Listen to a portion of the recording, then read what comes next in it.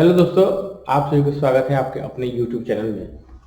मैं हूं अभिषेक मिश्रा और आज हम लोग क्लास 10th के संस्कृत के चैप्टर 7 जिसका नाम है नीति श्लोका, उसके बारे में अध्ययन करने वाले हैं। सबसे पहले जानिए कि नीति श्लोका जो पाठ है वह महाभारत के उद्योग पर्व से संकलित है।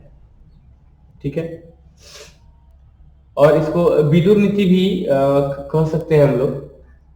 इसमें 10 श्लोक दिए गए हैं और इन 10 श्लोक के द्वारा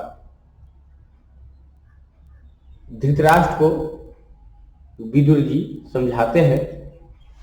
अब कैसे समझाते हैं इसको हम लोग समझेंगे।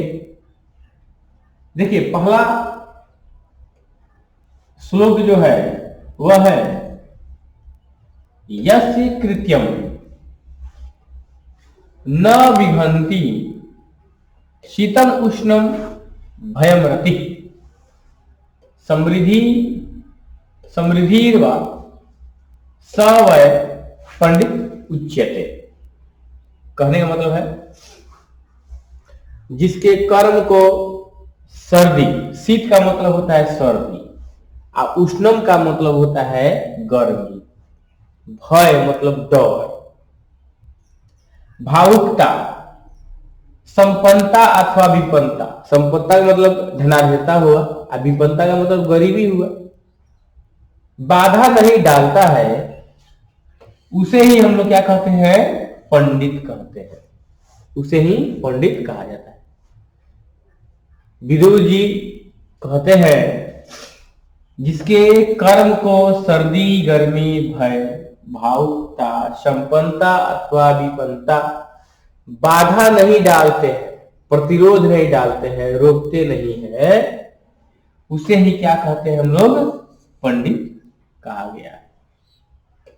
यह पहला श्लोक है। इसके बाद हम लोग दूसरा श्लोक की ओर बढ़ेंगे। दूसरा श्लोक है यहाँ पे तत्वज्ञ सर्वभूतानां योगज्ञ सर्वकर्माणां उपायज्ञो मनुष्याणां नरः पंडित उच्यते। इसका अर्थ यहां पे लिखा गया है। अर्थ यहां पे देख लीजिए, सभी जीवों के आत्मा के रहस्य को जानने वाले, सभी कर्म के योग को जानने वाले और मनुष्यों में उपाय जानने वाले व्यक्ति को पंडित कहा जाता है। ठीक है, पंडित किसे कहा जाता है?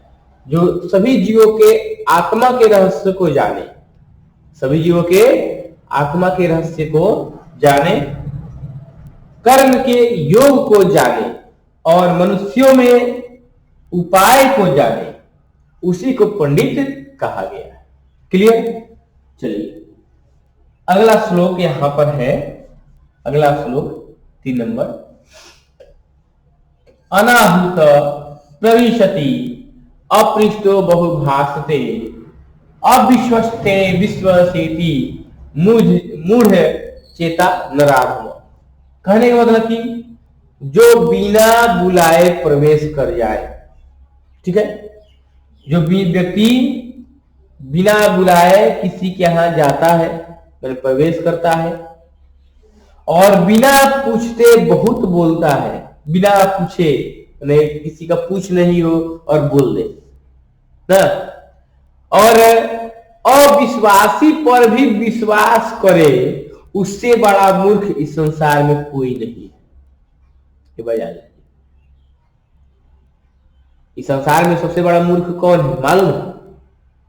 जो फर्स्ट में समझिए, पहला चीज है कि जो व्यक्ति बिना बुलाए किसी के यहां जाए, बिना बुलाए किसी के यहां नहीं जाना चाहिए। अपने जीवन में यह चीज समझ लीजिए कि बिना बुलाए किसी के यहां नहीं जाना चाहिए। आप बिना कहे, बिना कोई पूछे कोई बात, तो उसको नहीं कहना चाहिए। जब कोई किसी बात को पूछा जाए, जब कोई किसी बात को पूछे तब ही बोलिए कि हाँ ऐसा बात है।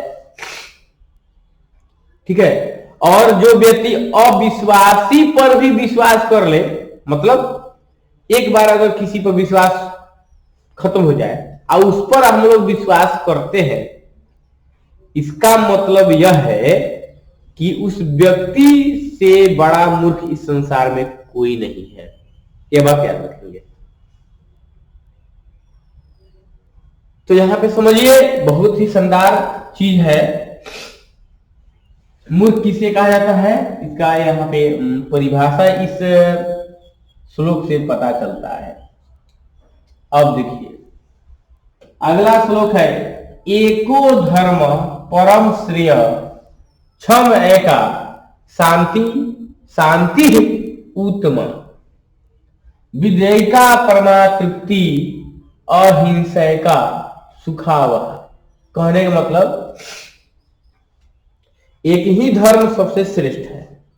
एक ही धर्म क्या है, सबसे श्रेष्ठ है। और वह क्या है, क्षमा शांति का उत्तम उपाय। अगर किसी व्यक्ति को हम लोग क्षमा कर देते हैं तो वह शांति का उससे बड़ा उपाय कुछ नहीं हो सकता। ठीक है, इसलिए कहा गया है क्षमा शांति का उत्तम उपाय है, यानी सबसे बढ़िया उपाय है। विद्या से क्या मिलती है, संतुष्टि प्राप्त होती है और अहिंसा से सुख प्राप्त होती है। अहिंसा से सुख प्राप्त होती है, यह बात याद रखें। इस श्लोक का अर्थ है। अगले श्लोक की ओर हम लोग बढ़ते हैं। बहुत ही बढ़िया श्लोक है, इसको अपने जीवन में भी उतार सकते हैं हम लोग। जीवन में भी मतलब इसको उपयोग कर सकते हैं। याद रखिए, त्रिविधम नरकस्येदं द्वारम नाशनम आत्मनः कामः क्रोधस् तथा लोभस्त अस्माद एतत् त्रयम् त्यजेत्। नरक के 3 गो द्वार होता है, काम, क्रोध और लोभ। अगर इन तीनों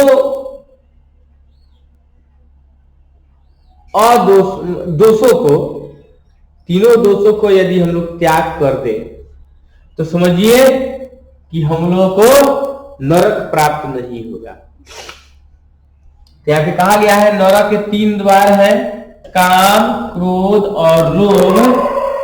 इसलिए इन तीनों को क्या करना चाहिए, हम लोग को त्याग कर देना चाहिए।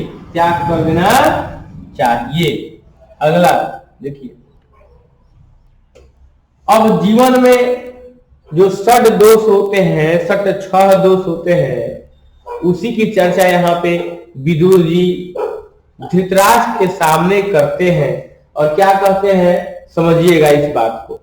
कहते हैं षड दोषा पुरुषनेह हातव्या भूतिम इच्छता निद्रा तंद्रा भयम क्रोध आलस्य दीर्घ सूत्रता।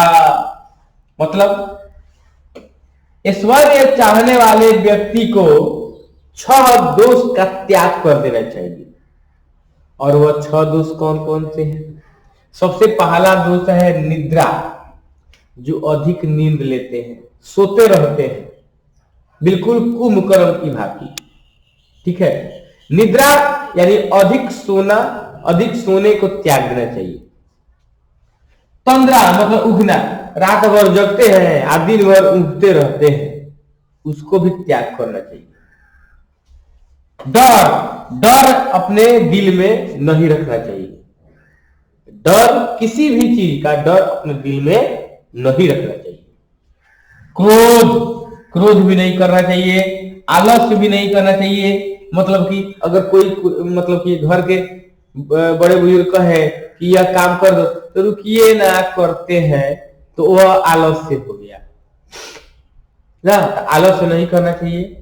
और किसी काम को देर तक करते रहना, मतलब कोई काम करते देर तक कर रहे हैं, समय का कोई चिंता नहीं है, तो वह दोष नहीं होना चाहिए। अगर वह दोष है तो समझिए कि हम लोग कभी भी जीवन में सफल नहीं हो सकते। तो इन 6 दोषों को त्याग कर देना चाहिए। 6 दोष जीवन में, जो 6 दोष है कौन कौन? निद्रा, तंद्रा, डर, क्रोध, आलस्य और दीर्घ सूत्रता। मतलब यानी किसी काम को देर तक करते रहना।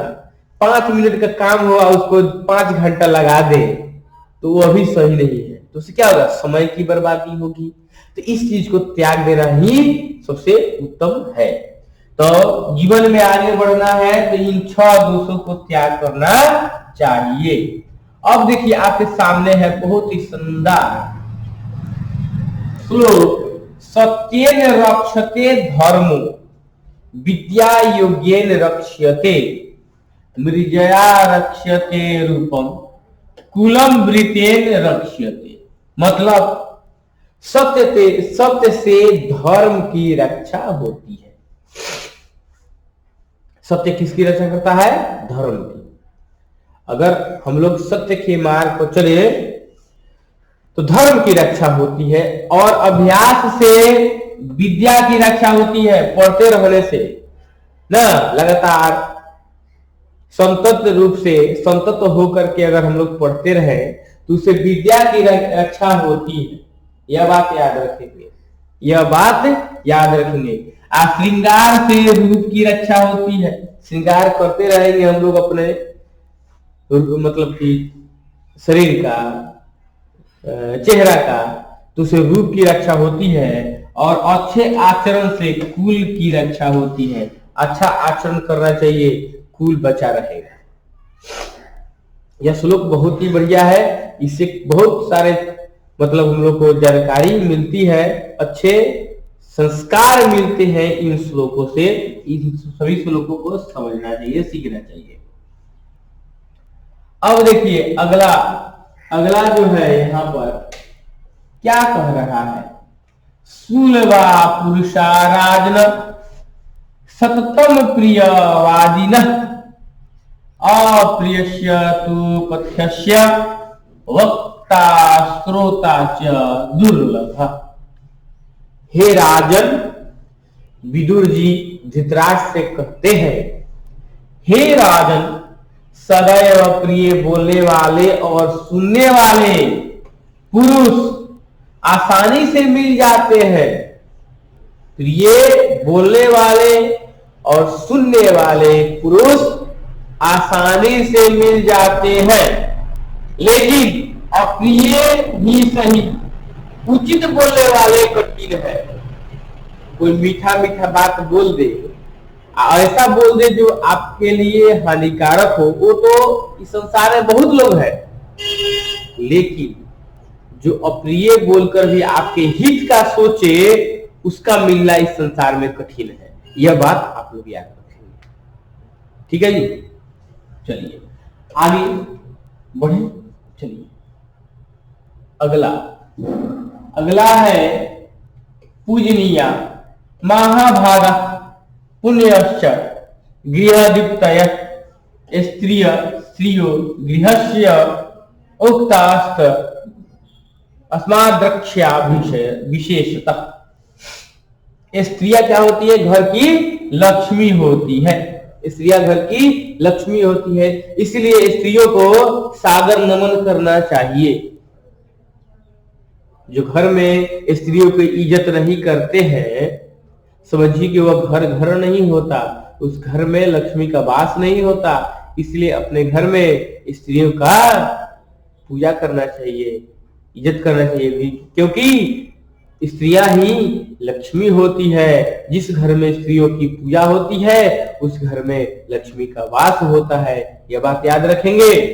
इन्हीं से परिवार की प्रतिष्ठा बढ़ती है। घर की स्त्रियां अच्छी हो, घर की प्रतिष्ठा बढ़ती है, महापुरुषों को जन्म देने वाली होती है, इसलिए स्त्रियां विशेष रूप से रक्षा करने योग्य होती है। स्त्रियां ही महापुरुष को जन्म देती है। महापुरुष ही नहीं, समझिए कि संसार में जितने भी लोग हैं उनका जन्म एक स्त्री से ही होता है। हम भी और आप भी स्त्रियों से ही जन्म लिए हैं, इसलिए उन माताओं को सादर नमन करना चाहिए जो एक महान पुरुष को, एक महान इंसान को जन्म देती है। ठीक है, चलिए आगे बढ़ते हैं। स्त्रियां घर की लक्ष्मी होती है, उनका हमेशा आदर सत्कार करना चाहिए, कभी भी उनको कष्ट नहीं देना चाहिए। अकृत्रिम विनयो हंति हंत्य अनर्थम पराक्रम हंति नित्यम क्षमा क्रोधम आचारो हंत्य लक्षणम। कहने का मतलब है विनम्रता बदनामी को दूर करती है। अगर कोई व्यक्ति विनम्र है तो समझिए कि उससे उसका बदनामी दूर हो जाएगा। ठीक है, पौरुष जो है ना, पराक्रम अनर्थ को दूर करता है। अनर्थ अगर बढ़ जाता है तो उससे क्या होता है, पराक्रम उसको दूर करता है। ठीक है, क्षमा क्रोध को दूर करता है। अगर किसी व्यक्ति को क्रोध हो जाए तो तुरंत क्षमा कर देनी चाहिए, ताकि क्षमा से क्रोध दूर हो जाए। और अच्छा आचरण बुरी आदतों को दूर करता है। इस श्लोक का यह बेहतरीन अर्थ है, इसको याद कर लीजिएगा, बहुत ही इंपॉर्टेंट है। अब यहां से हम लोग को पढ़ना है ऑब्जेक्टिव क्वेश्चन। ठीक है, ऑब्जेक्टिव क्वेश्चन हम लोग को पढ़ना है। चलिए शुरू करते हैं हम लोग। चलिए अब हम लोग बहुत ही महत्वपूर्ण वस्तुनिष्ठ प्रश्नों का अध्ययन करेंगे। पहला सवाल आपके सामने है, देखिए ध्यान पूर्वक। परम तृप्ति देने वाली क्या है, मतलब किस कर्म से हम लोग को परम तृप्ति की प्राप्ति होती है। ए में दिया हुआ है विद्या, बी में दिया हुआ है लोभ, सी में क्रोध और डी में दीर्घ सूत्रता। आपको बतलाना है कि इसका सही उत्तर क्या होगा। ठीक है जी, विद्या होगा कि लोभ होगा कि क्रोध होगा कि दीर्घ सूत्रता होगा। विद्या मतलब ज्ञान हो गया, लोभ मतलब लालच और क्रोध मतलब गुस्सा, और दीर्घ सूत्रता मतलब कि 1 मिनट के काम को 10 मिनट में करने लायक, मतलब कि कम समय, मतलब किसी काम को अधिक देर तक करते रहना, दीर्घ सूत्रता हो गया। तो बताइए इस मतलब इनमें से चारों में से कौन से कर्म से हम लोग को तृप्ति होती है। तो विद्या से तृप्ति होती है। किससे तृप्ति होती है जी, विद्या से तृप्ति होती है, ये बात हो जाती है। चलिए अगला सवाल है, अपनी उन्नति चाहने वालों को, देखिएगा यहाँ पे बहुत ही शानदार सवाल है, देखिएगा बहुत ही शानदार सवाल है। अपनी उन्नति चाहने वालों को कितने दोषों का त्याग कर देना चाहिए। अगर जिसको उन्नति करना है ना, उन व्यक्ति को कितने दोषों का त्याग करना चाहिए जी। ए में 7, बी में 6, सी में 5, डी में 8। तो 6 दोषों का त्याग कर देना चाहिए, 6 दोषों का त्याग कर देना चाहिए। ठीक है जी, चलिए आगे बढ़ते हैं। अगला सवाल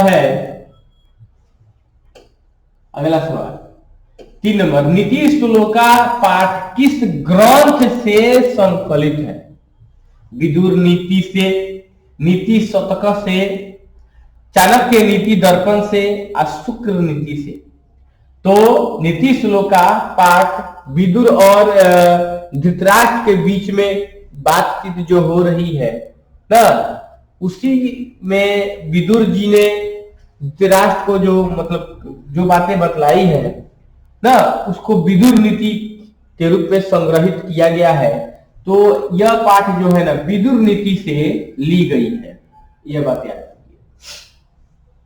अगला सवाल देखिए, विदुर नीति किस ग्रंथ का अंश विशेष है। विदुर नीति जो है ना किस ग्रंथ का अंश विशेष है। रामायण का, महाभारत का, उपनिषद का, वेद का। तो महाभारत का इसका राइट आंसर हो जाएगा, क्योंकि विदुर, धृतराष्ट्र, अर्जुन, भीम, दुर्योधन, युधिष्ठिर, शकुनी इत्यादि महाभारत में ही है। महाभारत का यह अंश विशेष है। अगला सवाल, धर्म की रक्षा किससे होती है। 5 नंबर सवाल है, धर्म की रक्षा किससे होती है? सत्य से, विद्या से, सत्य से, विद्या से, वृक्ष से, इनमें से कोई नहीं। तो धर्म की रक्षा सत्य से होती है, यह बात याद रखेंगे। धर्म की रक्षा सत्य से होती है। अगला सवाल देखिएगा। अगला सवाल है, नरक के द्वार कितने प्रकार के हैं? ना त्रिविधम नरकम द्वारम। अब इसका अर्थ आप लोग समझिए। त्रिविधम नरकम द्वारम का मतलब नरक के 3 गो द्वार है। ठीक है, इसका राइट आंसर क्या होगा? Option C. सवाल पढ़िए और उसका आंसर, सवाल पढ़े बिना यहाँ पे नरक के द्वार कितने प्रकार के हैं जिनसे व्यक्ति का नाश होता है? तो नरक के 3 प्रकार के द्वार हैं जिससे व्यक्ति का नाश होता है। ठीक है, और मनुष्य में 6 दोषों का त्याग कर देना चाहिए अगर जो व्यक्ति उन्नति चाहता है तो। ठीक है जी, अगला सवाल देखिए। अगला सवाल, विनय को कौन मारता है? 7 नंबर सवाल है, विनय को कौन मारता है? बताइए, विनय को कौन मारता है? सुकीर्ति, अपकीर्ति, आकृति, अनाकृति। बताइए, विनय को कौन मारता है? अकीर्ति। इसका राइट आंसर हो जाएगा ऑप्शन सी। इसका राइट आंसर हो जाएगा। अकीर्ति जो है ना, विनय को मार देता है। अगला सवाल, कौन पुरुष, 8 नंबर सवाल, कौन पुरुष सभी जगह सुलभ होते हैं? कौन पुरुष सभी जगह सुलभ होते हैं? सत्यवादी, कटुवादी, प्रियवादी, यथार्थवादी। तो प्रियवादी व्यक्ति सब जगह सुलभ होते हैं, लेकिन सत्यवादी व्यक्ति सब जगह सुलभ नहीं होते हैं। जो सत्य बोलते हैं वो सब जगह नहीं होते हैं। ठीक है जी, तो इसका राइट आंसर हो जाएगा ऑप्शन सी। प्रियवादी पुरुष सभी जगह सुलभ होते हैं। अगला सवाल, किसके प्रश्न का उत्तर विदुर देते हैं जी? बताइए, इस प्रश्न में एक और प्रश्न छुपा हुआ है कि धृतराष्ट्र के पुत्र का क्या नाम था? ठीक है, इस सवाल का तो आंसर धृतराष्ट्र हो जाएगा। सही बात है, क्योंकि विदुर जी जो है धृतराष्ट्र के प्रश्न का उत्तर दे रहे थे और धृतराष्ट्र के पुत्र का क्या नाम था? तो इसका राइट आंसर हो जाएगा दुर्योधन। दुर्योधन था। क्या था? दुर्योधन था। धृतराष्ट्र के पुत्र का नाम क्या था जी? दुर्योधन था। तो श्लोक के अर्थ और वस्तुनिष्ठ प्रश्नों को हम लोगों ने आज देखा। ठीक है जी, यदि अच्छा लगा हो तो लाइक जरूर करेंगे, नए हो तो सब्सक्राइब जरूर करेंगे और बने रहिए हमारे साथ। फिर अगले वीडियो में हम लोग मिलेंगे। तब तक के लिए धन्यवाद। जय हिंद।